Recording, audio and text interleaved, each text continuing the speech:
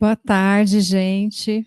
Vamos iniciar, voltando, né, do intervalo, iniciar a nossa mesa 3 sobre duplos, ensaios e romances, a ficção que se encena em Hélder Macedo. Quem vai compor essa mesa, e eu quero já começar agradecendo muito, é o professor Gregório Dantas, que já está aqui nos esperando. Muito obrigada, querido, por sua presença aqui conosco. Uma grande honra. Eu que agradeço. E obrigada. E o professor Jorge Vicente Valentim, que está adoentado, mas ele nos enviou a fala dele, que vai ser lida pelo Renan. Então, Renan Messias de Paulo, né, que é um aluno do doutorado, orientando do professor Jorge. Eu peço que você componha a mesa para que leia, então, a fala do professor Jorge já, né? Eu vou, então, aqui apresentar. Obrigada, querido, obrigada. O professor Gregório Dantas, professor doutor na Universidade Federal da Grande Dourados, atua na área de literatura portuguesa e literaturas de expressão em língua portuguesa, onde também é membro do programa de pós-graduação em letras. Formado pela Universidade Estadual de Campinas, Unicamp, possui bacharelado e licenciatura em letras, mestrado em teoria e história literária, com ênfase em literatura brasileira, e doutorado em Teoria e História Literária na área de literatura portuguesa, com a tese intitulada Metáforas da História, uma leitura dos romances de Hélder Macedo. Realizou 2 pós-doutorados, o primeiro na Universidade de Coimbra e o segundo na Unesp, campus de Assis, São Paulo. Atualmente lidera o projeto de pesquisa do Fantástico e seus arredores, leituras de narrativas fantásticas de língua portuguesa, que investiga as manifestações do fantástico em narrativas de língua portuguesa do século XX à contemporaneidade. Gregório Dantas possui também artigos e capítulos de livros publicados, consolidando sua contribuição para o estudo da literatura fantástica e portuguesa. E o professor Jorge Vicente Valentim, professor doutor, titular de literaturas de língua portuguesa, literatura portuguesa e literaturas africanas de língua portuguesa, no Departamento de Letras da Universidade Federal de São Carlos, o UFSCar. Apresentou e defendeu a tese A Prateleira Hipotética, 6 propostas da novíssima ficção portuguesa para o atual milênio. Bolsista de produtividade em pesquisa do CNPq, possui uma trajetória acadêmica consolidada, com graduação em letras e licenciatura plena em letras, além de graduação em música pela Universidade Federal do Rio de Janeiro. É mestre e doutor em letras, com especialização em literatura portuguesa, também pela UFRJ, e realizou 2 pós-doutorados, um em estudos ruianos e outro em literatura portuguesa. Foi vice-presidente da Associação Brasileira de Professores da Literatura Portuguesa, Abraplip, na gestão 2016-17, e ocupa a presidência na gestão 2022-2023. Atualmente é professor permanente do Programa de Pós-Graduação em Estudos de Literatura da UFSCar e colaborador do Programa de Pós-Graduação em Estudos Literários da Unesp de Araraquara.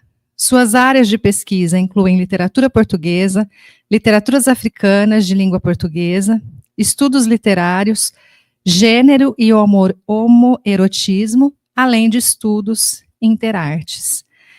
Então, esses 2 pesquisadores, um deles representado pelo nosso querido Renan Messias, eles comporão a nossa mesa de hoje. Quem vai começar, agradeço novamente muito ao professor Dr. Gregório Dantas, cuja fala se intitula Os Falsos Duplos de Hélder Macedo e Chico Buarque. Querido, aí você tem 30 minutos, tá bem? Muito obrigada. Tá ótimo. Bem, em primeiro lugar, eu quero dizer que é uma alegria estar aqui participando de um... Aqui não, né? Estar aqui virtualmente, ainda que virtualmente, participando de um evento tão bacana, com tanta gente boa, falando e tanta gente boa participando, eu fico muito contente. Eu quero agradecer imensamente o convite da professora Camila e fazer um elogio à organização do evento, que está funcionando muito bem, e fico muito contente com isso. Quero agradecer também a professora Tânia, que me fez o convite diretamente, que é uma querida, a gente já trabalhou junto algumas vezes, em algumas mesas por aí, e dizer que é uma pena que o Jorge não esteja aqui, não esteja na nossa mesa virtual, porque estava ansioso para vê-lo. Mas tudo bem. Vamos lá. Eu quero primeiro começar dizendo que, falando um pouquinho sobre esse meu trabalho, eu tenho duas áreas principais de interesse. Primeiro, a literatura fantástica, que eu estudei no mestrado, e depois, no doutorado, eu estudei literatura portuguesa contemporânea, sobretudo os romances do Hélder Macedo. Apesar também que estudar o Hélder é uma coisa sempre desafiadora, porque os seus intertextos são tão variados e complexos que estudar Hélder Macedo significa também estudar Camões, estudar Camilo Castelo Branco, estudar Machado de Assis, estudar Cesário Verde. É uma coisa, é realmente um mundo absolutamente complexo e fascinante. De um tempo para cá, eu tenho tentado conciliar esses dois temas, né, do meu trabalho. E é claro que a minha fala de hoje não é exatamente sobre literatura fantástica, longe disso. Mas vai ser bastante útil para esse projeto também, porque ele trata de dois temas que são muito caros ao fantástico, que alguns dos meus alunos estão estudando, que são o tema do duplo e o tema do fantasma. De qualquer modo, vale esclarecer que a minha fala não é exatamente a defesa de uma tese sobre a literatura contemporânea, sobre a memória das ditaduras, e nem mesmo uma tese sobre influência. Eu não acho que seja esse o caso e nem é esse o meu ponto. O meu ponto é demonstrar um fato que eu achei curioso. Isso aconteceu já faz lá uns 15 anos, quando eu estava no doutorado ainda, e eu percebi que existiam 3 romances que eram muito próximos entre si tematicamente, que partiam de uma proposta bastante parecida. São 3 romances de países diferentes, sobre contextos históricos diferentes, mas que todos abordavam o tema do duplo, e esse duplo era relacionado de alguma maneira à memória da ditadura daqueles países.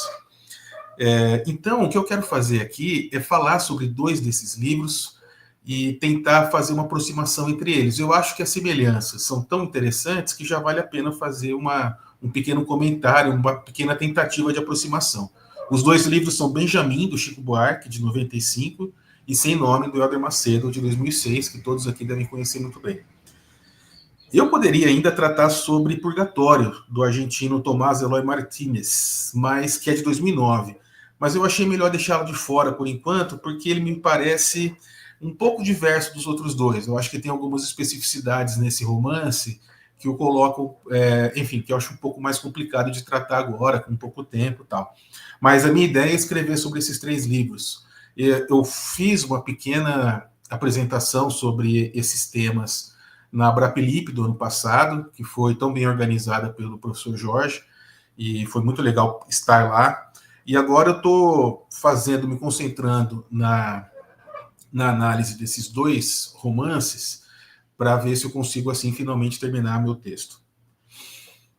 Enfim, eu quero começar me referindo a um conceito que também é muito popular nos estudos literários, que não é exatamente novidade para ninguém aqui, mas que eu vou nomear, vou comentar rapidamente para que, enfim, para que faça um pouco mais de sentido dentro da minha fala, que é o conceito de estranho do Freud.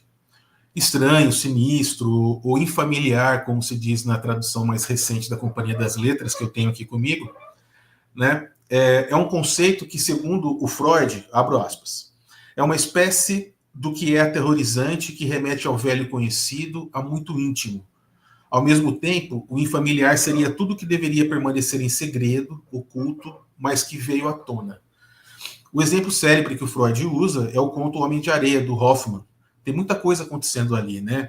Existe uma certa incerteza, que me parece um pouco com a hesitação que Todorov se referia, de que os eventos apresentados ali sejam ou não sejam sobrenaturais, e tem o tema do autômato, representado numa personagem que é uma espécie de criatura, um autômato mesmo, um robô, né? Freud faz uma longa análise sobre o conto, dialogando com outras leituras que vieram antes, mas conclui afirmando que o verdadeiro espírito do infamiliar não está nem nessa incerteza intelectual, nem na impressão causada pelo autômato, mas sim no, abre aspas de novo, no despertar de um antigo medo infantil. Esse familiar nada tem de realmente novo ou de estranho, mas é algo íntimo à vida anímica desde muito tempo, que foi afastado pelo processo de recalcamento. Ou seja, algo que deveria permanecer oculto, mas que veio à tona. Normalmente, as formas com que esse familiar se manifesta é o retorno dos mortos, os espíritos, às vezes, em alguns contos extraordinários, assim, nós temos membros cortados, cabeças decepadas, aquela coisa toda, mas também o infamiliar aparece na forma de um fantasma. E, sobretudo, no que eu quero destacar aqui, o infamiliar às vezes aparece na figura de um duplo. Eu não estou aqui propondo uma leitura psicanalítica desses dois romances, e também não estou dizendo exatamente que esses dois romances sejam exemplos significativos ou super representativos do conceito de infamiliar do Freud. Mas eu acho que esse processo de recalcamento a que o Freud se refere, e esse sentimento de estranhamento, ele pode nos servir de analogia para a estrutura desses dois romances, né? Vamos começar pela figura do duplo. O duplo, nós sabemos, ele nasce de uma contradição, né? É a existência de um ser que é igual a nós, mas é ao mesmo tempo outro, né? O duplo, ou o termo doppelganger, viria da seguinte definição do Jean-Paul Richter, de 1796. Segundo ele, o duplo, ou segundo eu, é o modo como as pessoas veem a si mesmas. E o duplo na literatura, todos nós sabemos, aparece de diferentes maneiras, como o tema do sósia, o tema dos gêmeos, do reflexo da sombra perdida, do reflexo do espelho, né? Até mesmo no Frankenstein a gente tem a criação de um ser, etc. Só que na modernidade esses temas estão sempre relacionados a uma questão de crise do sujeito, né? Uma espécie de cisão do ser. Segundo Nicole Bravo, a abertura para o espaço interior do ser, perspectiva que se inaugura no século XVII, força ao abandono progressivo do postulado da unidade de consciência, ou seja, da identidade de um sujeito única e semelhante. Ou seja, o tema do duplo normalmente está indicando para nós que nós somos mais complexos do que nós poderíamos imaginar, ou uma ideia de identidade una e única poderia nos sugerir à primeira vista. Então, o duplo é sempre uma contradição, né? Uma representação dessa cisão de identidade de um sujeito em crise. Afinal, né, como eu posso ser eu mesmo e outra pessoa ao mesmo tempo? O mais comum na literatura é que os protagonistas encontrem um duplo seu, um sósia, ou percam seu duplo, como, por exemplo, uma sombra, um reflexo. Tem aquele romance muito legal do Chamizo, contemporâneo do Hoffmann, em que um sujeito compra a sombra do outro. É claro que se nós estivermos eventualmente numa feira livre, num lugar público, e alguém quiser comprar nossa sombra, nós temos que imaginar que esse sujeito é o diabo querendo comprar nossa alma, né? Não sejamos muito inocentes em relação a isso. Mas nesses dois autores, o Hélder Macedo e no Chico Buarque, existe um jogo com o duplo, pelo menos para inaugurar o enredo desses romances, em que ocorre uma coisa que é a mesma coisa que acontece no Homem de Areia, que o Freud cita, o Homem de Areia, o conto do Hoffmann. O protagonista, ele não vê um duplo de si mesmo, ele vê um duplo que lhe é externo, de uma outra pessoa, de modo que esse duplo de outra pessoa que vai causar uma crise de identidade e de consciência e de unidade no nosso protagonista. Vamos começar rapidamente falando do Chico Buarque. Eu não sei se vocês leram esse romance chamado Benjamin, que é um livro que eu gosto muito. Na verdade, eu sou muito fã desses dois escritores, tanto do Hélder quanto do Chico. A história é sobre um sujeito chamado Benjamin Zambraia, que é um sujeito que já está na terceira idade, aposentado, vivendo de renda, que quando jovem foi um modelo de relativo sucesso. Não era exatamente o sujeito mais famoso do Brasil, mas era um modelo fotográfico que aparecia em muitas revistas, etc. E hoje anda bastante esquecido, solitário, etc. Ele foi apaixonado quando jovem por um sujeito chamado, por uma moça chamada Castana Beatriz, e que desapareceu durante a ditadura. Hoje, nos anos 90, né, o livro é de 95, se não me engano, acontece que ele encontra uma moça, uma jovem chamada Ariela Mazé, que para mim, depois que eu vi o filme, vai ter a cara da Cleo Pires para sempre. Essa Ariela Mazé é uma espécie de duplo da mulher que ele perdeu durante a ditadura. Por um tempo, Benjamin pensa que pode ser filha dela, ele alimenta essa fantasia. E o romance é sobre esse sujeito perdido, flanando pelas ruas, um pouco alienado com as coisas que acontecem à volta, numa sucessão de episódios que parecem assim um pouco aleatórios, como, por exemplo, tem uma gincana, que ele cai no meio de uma gincana que aparece uma girafa, tem uma dimensão um pouco onírica na sucessão desses episódios que me parece muito interessante, muito assim gostoso de ler, sabe? Em algum momento do livro, o Benjamin resolve acolher a Ariela, essa jovem moça, que lembra tanto o amor da vida dele, em seu apartamento. O mesmo apartamento que um dia ele preparou para receber a Castanha Beatriz, mas que nunca chegou a acontecer, né? Esse movimento é claramente um movimento, uma tentativa de reparação do personagem em relação ao seu passado. Mas, assim, como diz o Jorge de Sena, né, que é um autor que o Helder gosta de citar, nunca sai ao certo o momento a que se volta. Eu adoro esse trecho do Físico Prodigioso. O passado não vai ser alterado, ele não vai ser compensado, né? E se ele retornar, ele vai retornar de maneira problemática. Por isso, nós notamos que se instauram no romance, na verdade, dois planos narrativos. Enquanto o Benjamin está flanando aqui pelo Rio de Janeiro em busca da Ariela, ao mesmo tempo vão se notando dentro da narrativa pequenos lampejos, pequenas lembranças do passado. Num segundo plano narrativo que começa a querer perturbar a ordem do primeiro, às vezes até tomar a ordem do primeiro plano, do plano inicial, né? A gente não tem certeza se a Ariela é filha da Castanha Beatriz ou não, mas chega uma hora que a gente perde isso um pouco de vista. Isso não é tão importante. Numa frase que eu gosto muito, num trecho que eu gosto muito, o Chico Buarque conta como que a nova mulher, a Ariela, vai aos poucos tomando conta da identidade da primeira na cabeça dele e que, de repente, só um minutinho. Castanha Beatriz, hoje, apenas vagamente lembra Ariela, como uma casa de Ariela sem Ariela e as coisas dela. Eu acho isso bonito, assim. Uma casa de Castanha, desculpa. Não, uma casa de Ariela sem Castanha e as coisas dela, exatamente. Existe uma espécie de tomada, né? Essa nova mulher vai tomando o lugar da primeira. E o que resta, portanto, é não exatamente uma total recuperação do passado.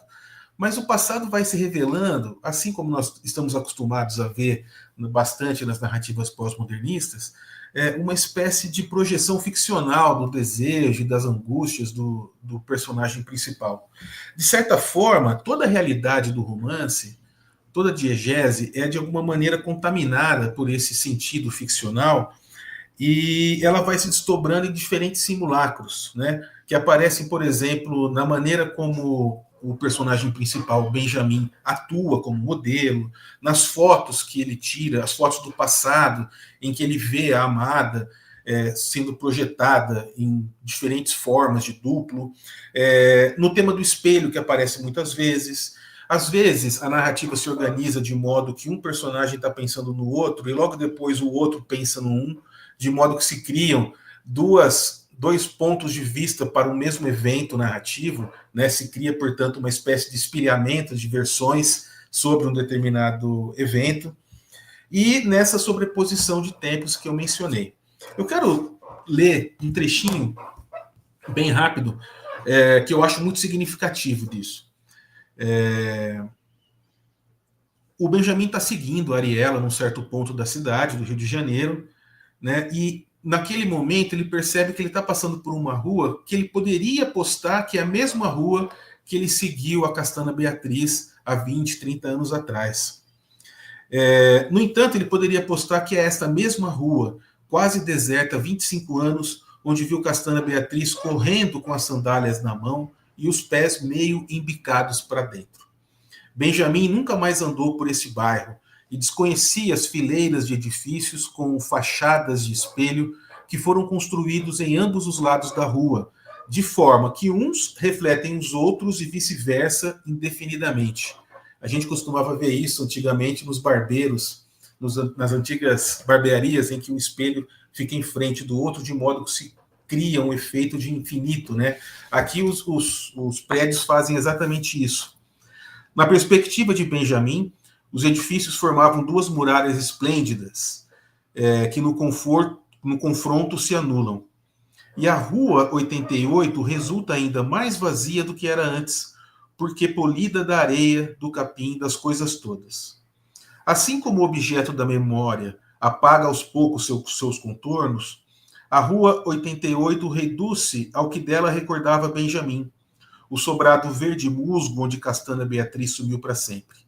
Agora ele enxerga Ariela descalça a caminho de sobrado, descobre-se repetindo os passos com que, então, partiu atrás de Castana Beatriz, apenas um tanto mais lentos, como se a reprodução exata de cada movimento cobrasse um tempo extra. E chega um certo momento, logo em seguida, que ele chama pela Castana Beatriz e Ariela, não sendo a Castana, não responde. Então, o que eu estou querendo chamar a atenção nesse ponto é que durante a busca por essa mulher perdida, esse personagem se depara com um mundo que parece todo ele, não exatamente se fragmentando, mas se mostrando uma criação ficcional, um jogo de espelhos, um jogo de duplos, um jogo de realidades que parecem se confrontar e às vezes se anulam, às vezes se complementam, numa instabilidade total da narrativa. Já sem nome, eu vou tomar a liberdade de apresentar rapidamente o romance. Eu sei que todo mundo aqui deve conhecer, mas vou incorrer nesse pequeno deslize, que eu acho que é importante. A trama de Sem Nome fala de um advogado chamado José Viana, português, que mora em Londres desde o início dos anos 70. Certo dia ele recebe uma ligação da polícia do aeroporto londrino. Marta Bernardo, sua antiga namorada, que estava desaparecida desde antes da Revolução dos Cravos, está presa com problemas no passaporte. E por incrível que pareça, ao encontrá-la, José Viana vê a mesma mulher de há 30 anos. É como se ela não houvesse envelhecido um dia sequer. É claro que não se trata da mesma pessoa, esse não é um romance fantástico, como eu disse antes. A moça é uma moça chamada Júlia de Souza, que foi confundida com a Marta Bernardo por uma série de coincidências incríveis, absolutamente inverossímil, né?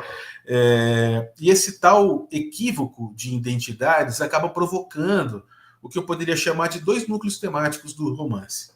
O primeiro deles é o reencontro de José Viana com seu passado. Remexendo em papéis velhos, ele inicia um processo de recordação que coincide com a inacreditável aparição da nova Marta. Mas os romances anteriores do Hélder Macedo nos ensinaram que os dramas pessoais das personagens não estão destituídos de significado histórico e se relacionam sensivelmente com os eventos recentes de Portugal. Em Sem Nome, José Viana ele representa um personagem quase típico, um ex-comunista perdido na configuração política atual e em uma rotina de trabalho mesquinha, porque foi esvaziado dos valores que ele tanto defendia na juventude. Há um clima geral de desilusão com os rumos políticos tomados por Portugal e um certo arrefecimento dos ideais da Revolução. Enfim, então esse personagem advogado ele vai enfrentar o seu passado, não apenas político, mas também um acerto de contas com o desaparecimento dessa mulher, a Marta Bernardo.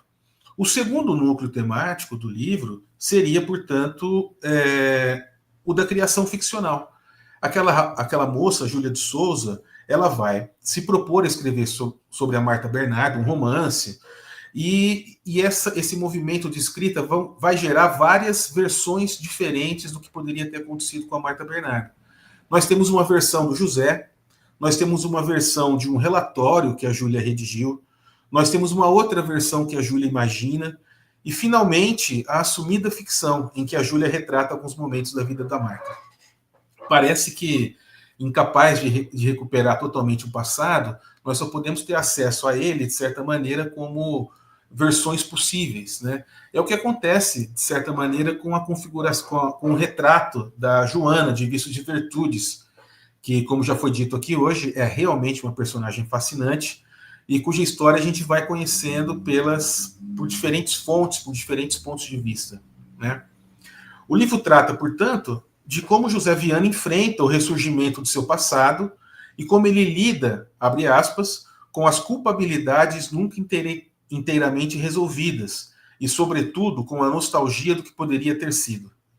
Estamos, como em todos os romances do autor, no campo das restaurações do passado. Eu vou citar o Helder um trechinho, se me permitem. A única explicação que, por enquanto, se pode adiantar é que é perigoso mexer em papéis velhos. Quando menos se espera, salta do meio deles uma voz a intrigar que talvez sim, talvez não, vidas alternativas a desarrumarem o presente com o passado. Se alguém que a gente julga ter conhecido como a nós próprios se vem de repente anunciar como quem nunca foi, ou mais grave ainda, se alguém que a gente não conhece nos vem de repente dizer que é quem nunca podido ser, torna-se impossível, um pouco mais difícil, torna-se possível, um pouco mais difícil, continuar a acreditar que nós próprios somos quem estamos a ser. Ou seja, enfrentar o duplo significa, de certa maneira, colocar nossa própria identidade em xeque, em questão. E, assim, o romance, se a gente for pensar nos livros anteriores do Helder, como Parte de África, o Pedro e Paula, e mesmo Vícios e Virtudes, não parece tão ostensivamente metaficcional quanto os outros. Mas a reflexão, tão ostensivamente, né? Mas a reflexão sobre a criação da ficção e a reflexão metaficcional está presente o tempo todo, né? Pelo menos está um pouco presente metaforicamente na prática jurídica do José Viana, nos sonhos que são também sujeitos às regras da verossimilhança, às histórias possíveis, alternativas, à prática jornalística da Júlia, né, aos jogos de identidade daqueles personagens duplos, né, masculinos que cercam a Júlia, que de repente, para quem ela adota diferentes identidades quando lhe convém, né? E a reflexão mais profunda sobre a metaficção, né, e a criação literária aparece no capítulo chamado Duplicações, quando a Júlia enfrenta as principais questões em torno das suas criações, desculpem. A relação de poder entre ela e seus personagens, o quanto estes representam ou não continuações daqueles seres que de fato existiram, em que medida seu projeto de romance pretende falar da verdade, de verdades possíveis ou de si mesma. É preciso aprender essas lições a duras penas, e esse livro é um pouco sobre esse aprendizado, né? Sua visão sobre o estatuto de ficção no começo do romance parece um pouco mais ingênua, pois seu relatório inicial almeja uma objetividade impossível, mas ela descobre no decorrer do romance o que o narrador de Partes de África já sabia, abre aspas, que nunca ninguém voltou a existir por escrever nem por ter escrito, mas as sombras que a memória pode imaginar nos mapas entreabertos. Fecha aspas. Então, escrever é também, a Júlia vai descobrir eventualmente, é também escrever sobre si mesma, de certa maneira, ficcionalizar sua própria existência, né?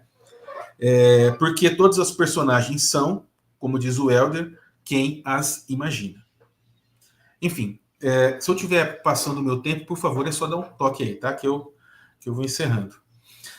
Então, eu gostaria de dizer que nesses dois romances existe uma crise de um duplo que surge recuperando um passado traumático desses personagens, um pouco como se fosse um passado que esses personagens tentam manter recalcado, mas que não conseguem, eles vão surgir, né? E de certa maneira, ainda que não sejam romances de horror, né? O retorno desses personagens, desses duplos do passado, é de alguma maneira um retorno horrífico, porque você precisa enfrentar os seus traumas, medir as suas culpas, as suas responsabilidades, não é mesmo? E eu acho que existe aqui nos dois personagens um pouco uma coisa de culpa do sobrevivente, né? Mas enfim. Mas o que me interessa mais é dizer também que, de certa maneira, a crise do duplo se estende para a própria realidade. Se eu estou na frente do duplo, a minha identidade é posta em crise e a própria realidade pode, como acontece nesses dois livros, se mostrar como uma ficção, né? Como duplos que vão se projetando quase infinitamente. Nós poderíamos dizer que as duas ocorrências do duplo aqui descritas são o que alguns críticos chamam de duplos externos, ou seja, não são duplos do protagonista, né? São duplos de outra pessoa. Mas, apesar do fato deles serem duplos externos, eles também projetam, digamos assim, a culpa desses protagonistas, porque eles estão enfrentando, de certo modo, um fantasma do passado. Aí eu quero retomar o conceito de fantasma. Ao comentar a ficção portuguesa recente, das últimas décadas, e localizar nela o que ele chama de fantasmas imperiais, ou ainda, ao comentar como a guerra colonial surge como fantasma na literatura portuguesa, Roberto Vecchi faz uma distinção muito útil para nós entre essas duas acepções de fantasma. Primeiro, ele fala do espectro, né, que é o defunto que reaparece, que é a tradição da literatura fantástica, claro, e cito Roberto Vecchi, numa segunda acepção, o termo indica antes uma imagem ilusória, uma fantasia, uma ficção que, da especialização psicanalítica, expressa um roteiro ou um cenário imaginário onde o sujeito está presente e representa, pelo mascaramento de processos defensivos, a satisfação de um desejo incônscio. Fecha aspas. Então, além de ser esse desejo escondido, sem as defesas, vem à tona o fantasma como o fantasma coloca, digamos assim, em questão a sua própria representação. Como esse desejo incônscio se manifesta? Como ele adquire forma? Ou seja, de novo eu estou citando o Roberto Vecchi, os fantasmas são com certeza o resíduo do que historicamente escoou. São uma permanência, mas são também as suas representações, as suas ficções, as fantasias com que se reconfiguram. O corpo passado enquanto resto, a alma do passado enquanto essência transformada em palavras, ou seja, textualizada. Nesse sentido, não faz muita diferença se os dois duplos são inventados ou não, né? São projeções do personagem principal ou não, ou são frutos de coincidências inverossímeis. Eles não são menos reais porque eles são ficcionais. Eles estão ali presentes. Eles são textualizados, eles são inverossímeis, eles são as projeções dos medos, dos traumas dos protagonistas e são, de certa maneira, o retorno de um familiar que volta para assombrar a culpa desses dois homens. Em Benjamin, esse retorno é fatal. O protagonista está condenado a reviver aquele momento em uma cena que duplica a morte da Castana. Em Sem Nome, o retorno de Marta, na forma de Júlia, promove uma revisão da vida do José Viana, como um sujeito em crise que consegue, de certa forma, ao meu ponto de vista, né, superar esse trauma e seguir adiante. Um novo romance vai ser escrito por Júlia, um novo começo está aí para se projetar, para se iniciar. Nos dois casos, a ocorrência do duplo promove, e já estou encerrando, tá, pessoal? Promove um estado de realidade, algo um pouco onírica, eu diria, em que as duplicações se multiplicam até a própria realidade ficar instável. Em Benjamin, isso se mostra muito nos duplos do cinema, da publicidade, como eu falei, né, nas fotografias, etc. E, claro, no espelhamento desses dois planos narrativos, o presente e o passado. Em Sem Nome, é o romance propriamente dito, mas também as narrativas jurídicas, as oníricas, as históricas, né, que são todas elas, em certa medida, ficcionais. Para encerrar, eu queria dizer que existe no Helder uma nota mais positiva nessas ficções, que não representam necessariamente uma armadilha, como no Benjamin, um retorno trágico ao passado de onde não há saída, né, o passado vem te devorar. Mas ele também aponta para o futuro. Vejamos, são dois núcleos temáticos do romance. Como eu já disse, a reavaliação do passado político e pessoal por José Viana e o amadurecimento literário e pessoal da Júlia. Esses dois núcleos se desenvolvem em consonância com as questões metalinguísticas, a saber, a manipulação evidente da crônica política e do tema do duplo. Uma das pistas para comprovar essa leitura está no próprio título do livro, a expressão sem nome, que aparece ao menos 2 vezes no corpo do romance e une, dessa forma, essas duas linhas temáticas. A primeira ocorrência se dá nas palavras de José Viana ao se referir a novas formas de engajamento político no Portugal de hoje. Abre aspas. Por essas e outras, após o colapso do Império Soviético, o próprio Partido Comunista Português, para dar um exemplo que me toca, já nem como um grupo de pressão consegue servir. A luta tem que ser outra, ainda sem nome, com formas de ação ainda por encontrar para propósitos ainda por determinar. A segunda ocorrência do título no corpo do romance está na referência, por parte do narrador, à sensação de liberdade experimentada por Júlia ao sentir-se pela primeira vez senhora de si própria, uma experiência derivada de sua busca pela maturidade literária. Realizar-se como escritora é, para Júlia, poder criar uma nova identidade. Abre aspas. Tinha se tornado dona da memória dos outros e achava que, portanto, também, pela primeira vez, senhora de si própria, livre, poderosa, sem nome. Fecha aspas. E nos dois casos, a luta política e a dedicação artística tratam-se de ações em aberto que apontam para o futuro ainda a serem definidas. Obrigado.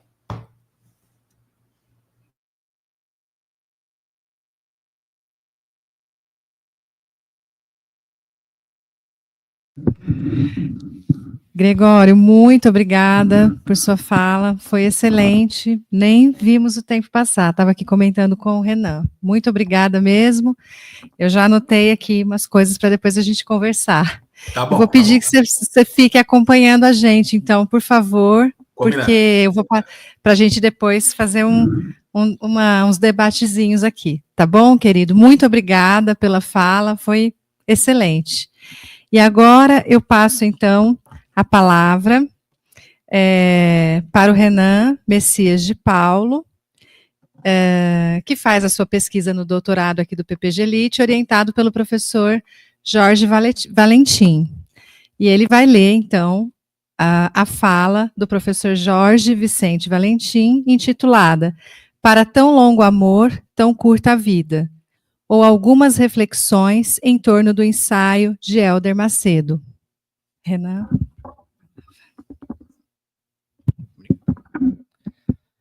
Boa tarde a todos, todas e todes, é um prazer estar aqui.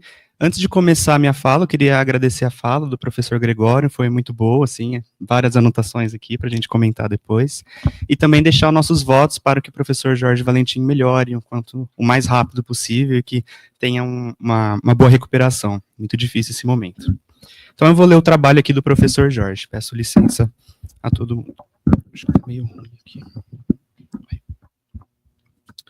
Então o trabalho dele é intitulado Para tão longo amor, tão curta a vida. Algumas reflexões em torno do ensaio de Hélder Macedo. Preâmbulo em forma de digressão ou algumas confissões incontornáveis. Começo por evocar as décadas de 80 e 90. Lembro-me de que, naquela época, saindo de algumas aulas de disciplinas da área de literatura portuguesa, era tomado por um estado de êxtase diante das exposições dos professores. Quase sempre saía com uma certeza: um dia quero ser como eles.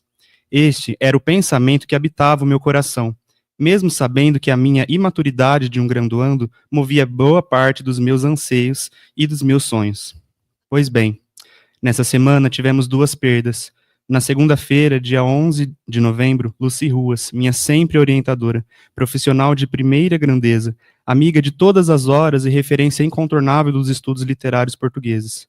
No domingo, dia 17/11, Clécio Quezado, figura queridíssima da UFRJ, leitor de escritores do século XIX português e autor de importantes estudos sobre a poesia de Fernando Pessoa.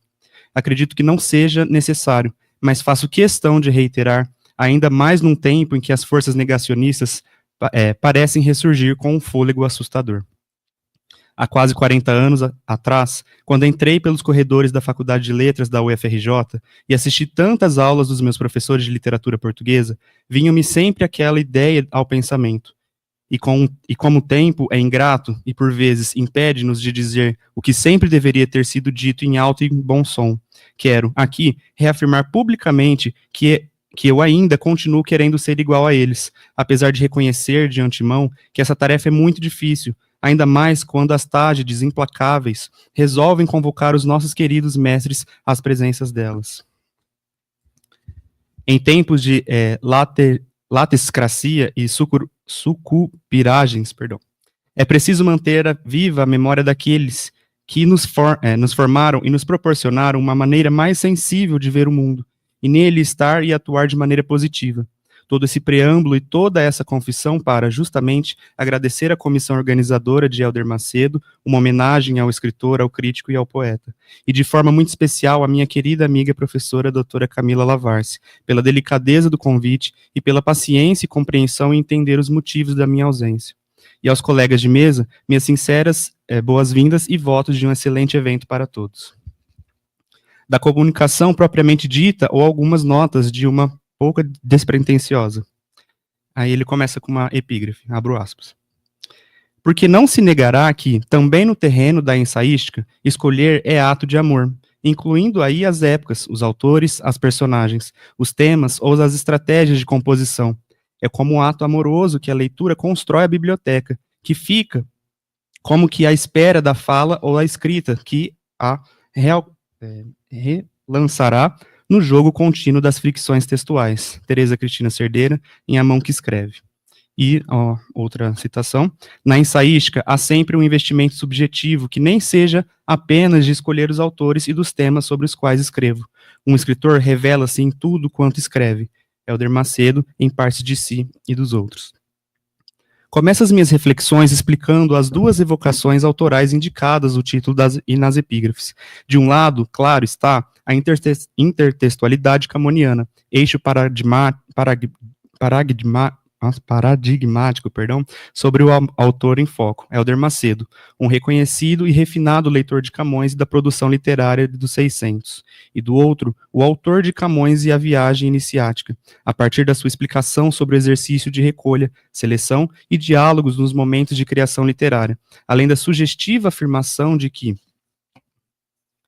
nesse conjunto de ações, as linhas fronteiriças entre a escrita ficcional e a atuação factual nem sempre podem ser consideradas nítidas.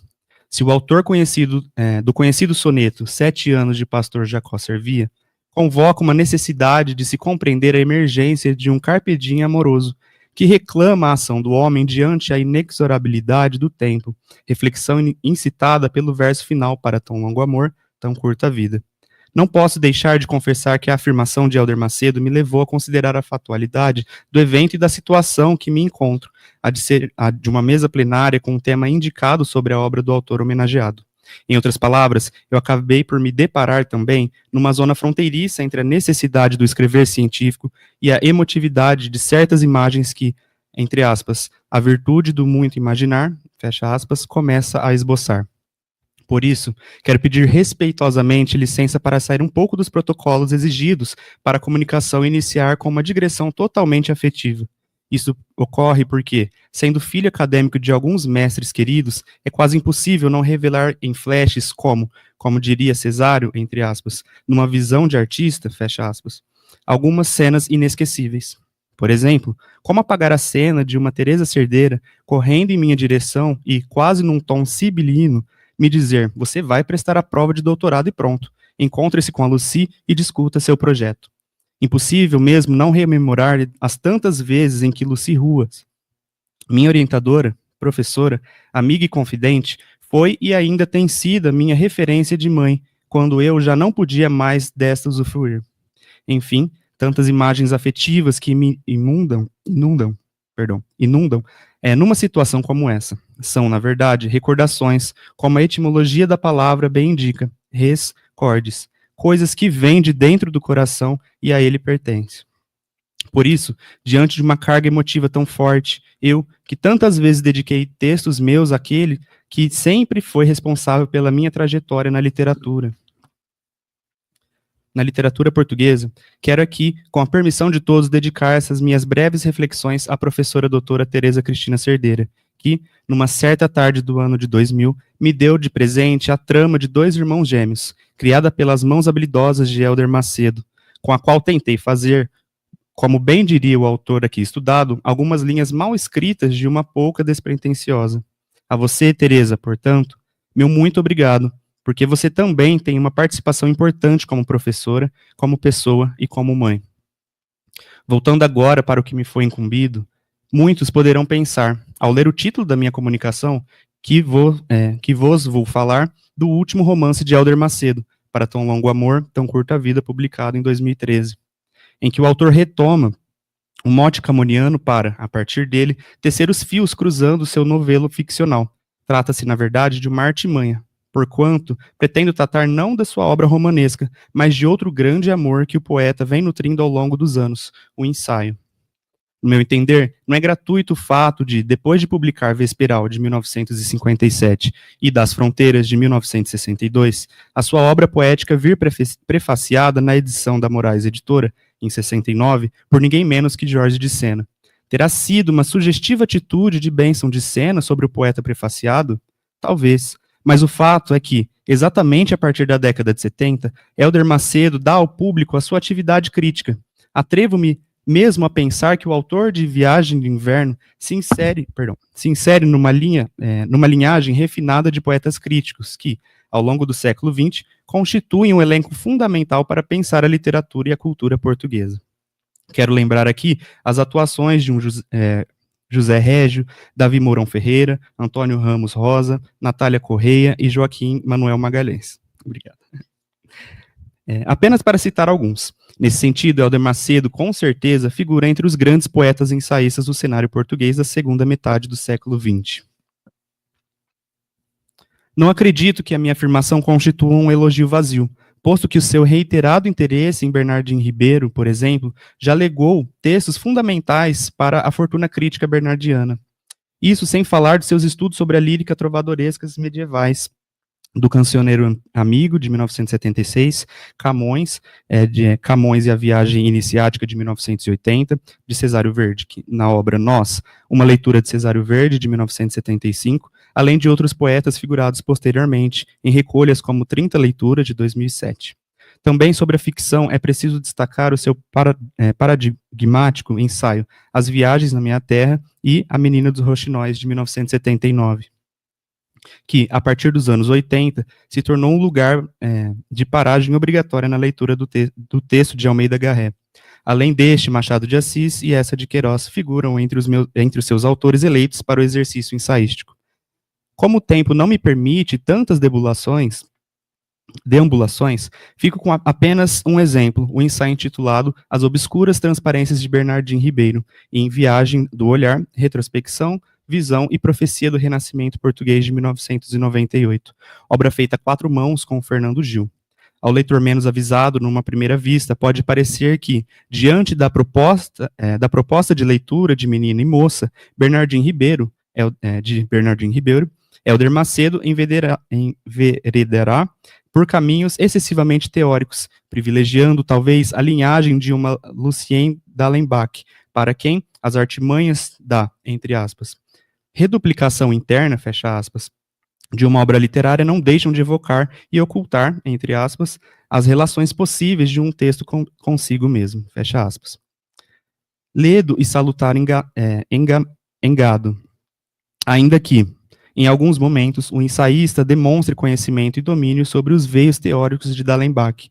A sua investida parte de um levantamento cuidado e atento dos elementos metafóricos do próprio texto, espaço onde navega com liberdade e sintonia, sem qualquer pretensão de exibicionismo intelectual. Isto, sem dúvida, deve-se ao seu reiterado interesse sobre a obra do autor seiscentista. Antes deste ensaio, é preciso lembrar o incontornável estudo do Significado da Menina e Moça, de 1977, e, ainda, a sua primorosa edição de 1990, do texto de Bernardino Ribeiro, onde, de maneira muito audaciosa, reitera e expande a tese da presença de um cabalismo hebraico, como uma das marcas contextuais do cenário político-social no texto bernardiano. Neste ensaio de 1998, Hélder Macedo abre seu dispositivo crítico para uma afirmação categórica que expõe a sua maneira de ler Menina e Moça. Para ele, trata-se, entre aspas, de uma das obras mais enigmáticas de toda a literatura, fecha aspas. E, para provar seu argumento, divide sua análise em 3 momentos. No primeiro, revela o ponto fulcral da novela bernardiana, a mutabilidade.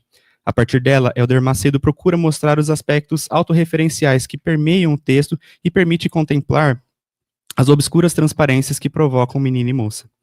Mutabilidade de primeira e, bem percebida pelo crítico, é estabelecida sobre o código cavalheiresco, já que se trata de uma narrativa contada não pelo ponto de vista masculino, mas numa perspectiva no feminino.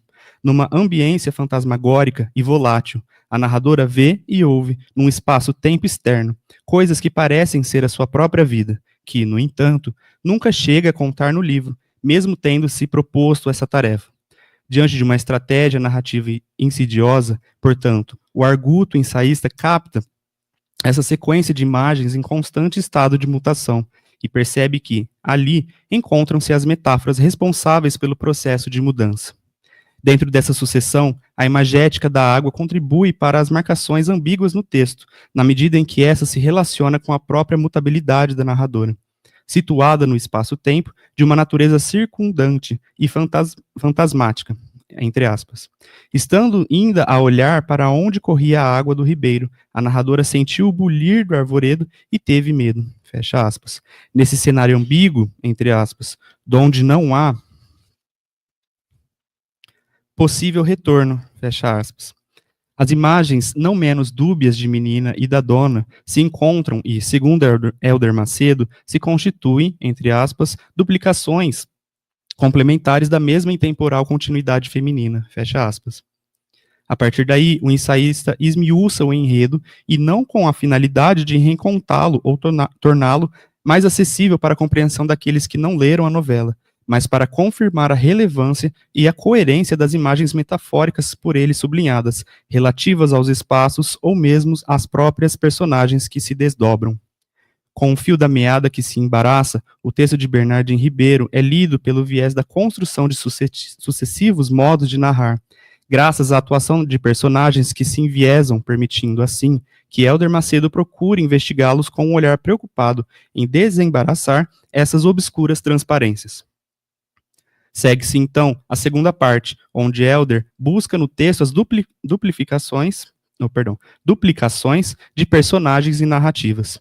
O texto, como um todo, é visto também como uma duplicação, ou melhor, com um modelo de retrospecção das antigas novelas medievais, mas que, com elas, estabelece uma relação contrastante na medida que se acentua a firmeza feminina e a mutabilidade masculina, entre aspas, associadas às andanças cavalheirescas, fecha aspas, tornando-se assim, abre aspas, o mais notável exemplo do novo gênero, que era a novela sentimental do Renascimento, fecha aspas. Segundo o ensaísta, a novela bernardiana pode ser comparada com uma cantiga de amigo amplificada, ideia, aliás, já apresentada nos ensaios de 1977 e 1990, reiterando certos elementos composicionais, tais como a duplicação paralelística, que, apesar de uma sintaxe de transparências, há também, entre aspas, uma profunda unidade semântica, fecha aspas, atingida na aproximação entre, abre aspas, a menina enquanto narradora do livro, como Bernardino Ribeiro, enquanto seu autor, fecha aspas. Desse modo, até os nomes estão sob o signo da mutabilidade. Birmarder, por exemplo, constitui um anagrama de Bernardin, instaurando uma sugestiva interferência autobiográfica e, portanto, mais uma das muitas obscuras transparências na novela Menina e Moça. Mutatis mutandis. Hélder Macedo lança seu olhar arguto sobre o texto e percebe outra transparência obscura nas múltiplas duplicações, a do eu narrativo.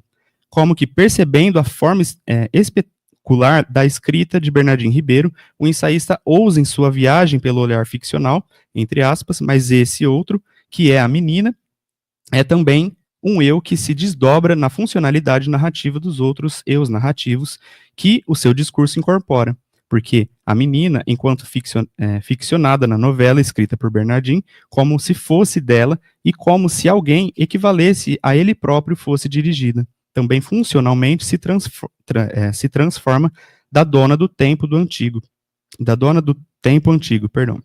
que lhe conta histórias das coisas alheias, que transpostamente representam a história que primeiro se propusera contar sobre a sua própria vida, fecha aspas. Na verdade, gosto de pensar que a proposta de Hélder Macedo, aqui, não se distancia de um leitor miúdo munido de uma refinada visão cultural e musical de certas incidências estéticas, posto que sua leitura privilegia um tema com as suas possibilidades de variações. Relação, aliás, muito coerente, posto que a forma musical aqui mencionada também se constrói sob o signo da mutabilidade. Vale sublinhar que, no ensaio sobre a novela bernardiana, também os signos da multiplicidade se consubstanciam na medida em que os espaços da escrita sobre a visão do amor e a imanência da morte marcam sua presença. Com efeito, o olhar de Hélder Macedo enfatiza o exercício partilhado da mão que teceu as linhas de A Menina e a Moça, com a mesma que escreveu os textos poéticos Écloga 2 e Sestina, onde a paixão emerge e a morte da mulher amada sucintam a imagens oníricas e fantásticas. Concluindo sua análise sobre Menina e Moça, Hélder pontua que, para uma melhor compreensão da novela, é preciso primeiramente entender tal recurso imagístico. Muito mais sobre um significado confirmatório do que sob um valor profético, para depois constatar que se trata de uma, abre aspas, manifestação autorreferencial da mente que os produziu e que sobre si própria incide, fecha aspas. Nessa perspectiva, todos os sonhos e paisagens oníricas que ainda evidenciam a mutabilidade do espaço-tempo, do amor e da sua ausência, da fisicalidade e da carnalidade dessa ausência contribuem para aquele, entre aspas, processo interior do acontecer bernardiano. Ora, percebe-se nesse método de leitura um procedimento muito cuidadoso e composto por 3 etapas que vão estreitando o modo de olhar sobre o texto. O primeiro, o contexto cultural cavalheiresco do medievo português contemplado sob o signo da mutabilidade. O segundo, o texto de Bernardino Ribeiro e os reflexos das paisagens ambíguas na composição das personagens e das suas perspectivas na narrativa. E o terceiro, o eu narrativo, entidade responsável pela administração do novelo narrativo, sobre quem Hélder vislumbra o conjunto de máscaras desdobráveis e autorreferenciais. Metodologia bem definida pelo ensaísta. Esse exemplo de leitura sobre o texto de Bernardino Ribeiro poderia abrir espaço também para pensar a convergência de gestos criativos da mesma mão do ensaísta em convergência com a do ficcionista. Afinal, abro aspas, se um escritor revela-se em tudo quanto escreve, fecha aspas, vale lembrar que Hélder Macedo fundamenta sua proposta ensaística de quem fala, abro aspas, do outro lado do espelho, fecha aspas. Por isso, ao lado de Bimarder, Aônia e Lamentor, não seria possível pensar numa galeria de personagens onde caberiam outras tão enigmáticas e tão obscuras transparências, como Paula, Joana, Natália, por exemplo.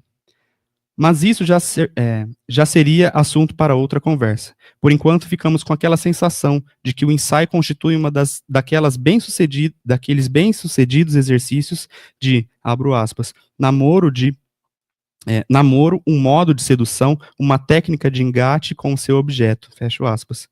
Como bem define João Barrento, posto que, na trajetória de Hélder Macedo, sua vida, curta ou não, dependendo do ponto de vista de quem adote, como poeta e como ficcionista, vem sendo marcada por uma relação amorosa sedutora também no campo da investigação. É esse, portanto, o ato amoroso da sedução e escolha de que tais nos fala Teresa Cerdeira sobre a biblioteca da escrita macediana. Por isso, o verso camoniano, abro aspas, para tão longo amor, tão curta vida, fecho aspas, reflete no título dessa breve intervenção a minha admiração por esse poeta em longos anos de prosa. Se os passos da Menina e Moça ainda são capazes de seduzir leitores de outros tempos, o ensaio de Hélder Macedo não deixa de exercer o mesmo fascínio, transformando a leitura do texto literário numa grande viagem iniciática. Por isso, encerro, agora sim, com um elogio em forma de voto. Que a vida lhe seja igualmente generosa, meu caro poeta, como generosa é a sua relação com seus lidos e os seus leitores. Obrigado.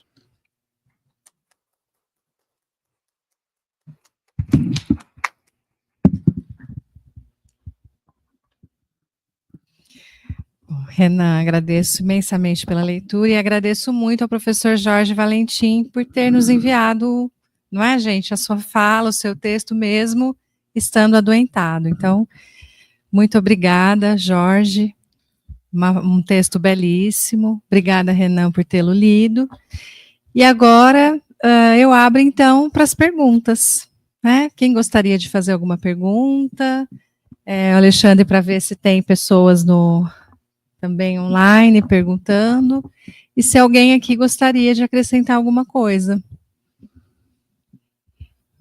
Não? Mesmo? Eu sempre tenho, né, gente? Então, Renan, quer colocar alguma coisa? Alguma questão? Tá. Bom, então eu vou fazer uma questão aqui, Gregório. Bom, eu fiquei te ouvindo, acho que... Gente, tem uns mosquitinhos aqui, tá terrível.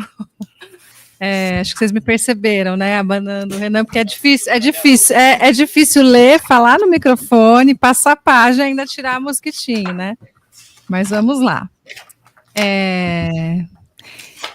Eu acho que eu vou propor aqui uma reflexão. É mais uma coisa assim para te ouvir um pouco mais mesmo, Gregório, do que uma pergunta, tá? Eu acho que também isso que eu vou tentar colocar aqui, brevemente, também acaba dialogando com a fala do Jorge, né? Na medida em que o Jorge também fala um pouco, passa, né, pela questão dos duplos, né? Inclusive nas novelas, né, do Bernardinho Ribeiro, que o Hélder Macedo estuda, recupera, enfim, como ensaísta, né? Que eu fiquei pensando? A gente falou muito aqui hoje cedo sobre esse trabalho, né, do Hélder Macedo em relação às alteridades, né? Então, esse exercício de alteridade, essa coisa esse jogo que ele faz, não é? De diversas maneiras de eu faço a personagem, né? Eu crio sem impor, né? A partir de algumas páginas eu não consigo mais controlar as personagens, elas viram outros e outras, né? De modo que eu não posso mais impor nada. A gente falou bastante disso, né? Durante a manhã, principalmente. E, ao mesmo tempo, aquela fala do Hélder Macedo de que as personagens me fazem, né? As personagens o fazem. A Tereza Cristina acabou de comentar, né? Não tenho a intenção de acrescentar, mas quero saudar a competência da mesa. Obrigada, Tereza, por estar aqui conosco. Então, Gregório, eu queria te perguntar, para te ouvir falar, claro, se você acha que porque daí o Hélder Macedo ele vai tecendo esse movimento da alteridade de diversas formas, né? E eu queria te perguntar se você acha, e eu pensei isso a partir da sua fala, não tinha pensado nisso antes, se você acha que esse tema do duplo, essa brincadeira com o duplo, e a crise que essa brincadeira engendra, né, de que a minha identidade é posta em crise, né, e a própria realidade é posta em dúvida, quando uma outra pessoa, quando aparece um duplo numa outra pessoa. Eu juro que ouvindo sua fala é assustador, né? Porque teve uma hora que você falou, eu não consegui pegar toda a sua fala, mas assim, você começou um trecho assim, se alguém que a gente conhece se mostra alguém diferente, nossa, eu já tenho vontade de sair correndo. Acho que eu já devo ter vivido esse trauma, sabe? Eu só acho, assim, na vida. Mas, enfim, então, para te ouvir, para a gente te ouvir claro. Um pouquinho, se você acha, então, fechando aqui a questão, que esse tema do duplo, essa construção e o que isso coloca em cena também dialoga com a questão desse exercício da alteridade. Mais uma coisa, que aí também quero muito te ouvir falar.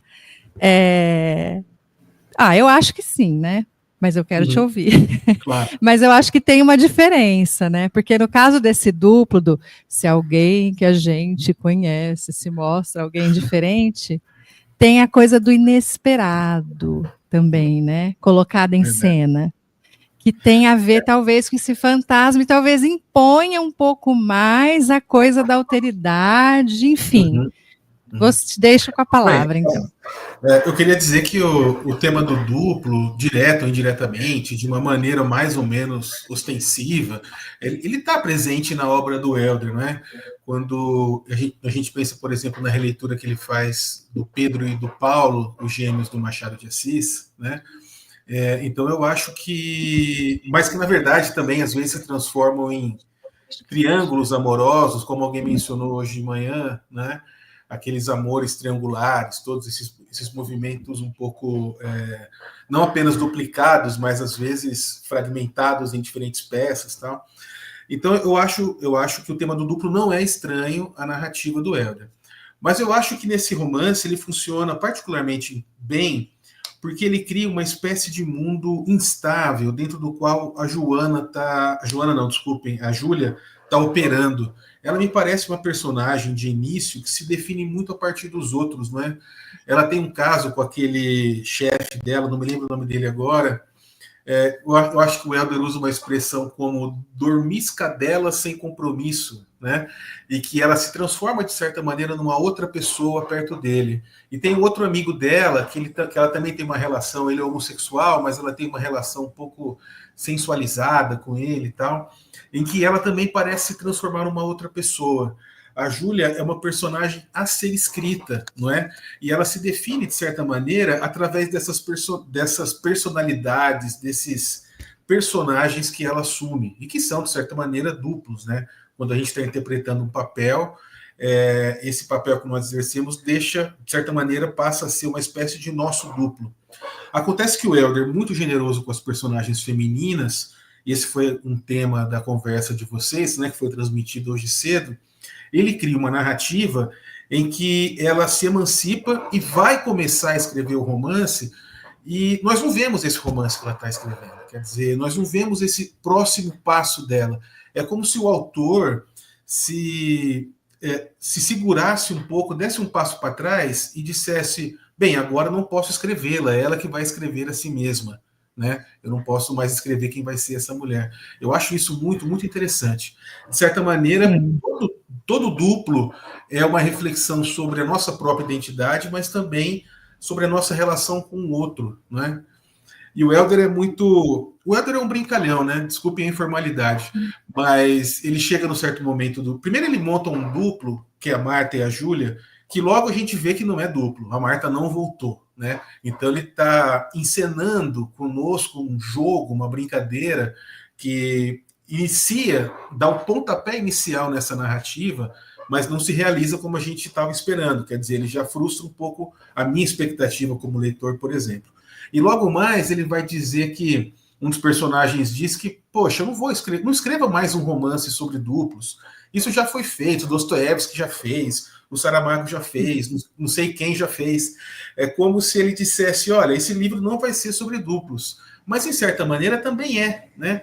Porque eles estão sempre ali sendo insinuados e desmontados na sequência. Eles aparecem, de certa maneira, esses caminhos duplicados, por exemplo, da Júlia na frente desses dois personagens masculinos, frente aos quais ela parece se definir, né? Não deixa de ser um caminho duplo também.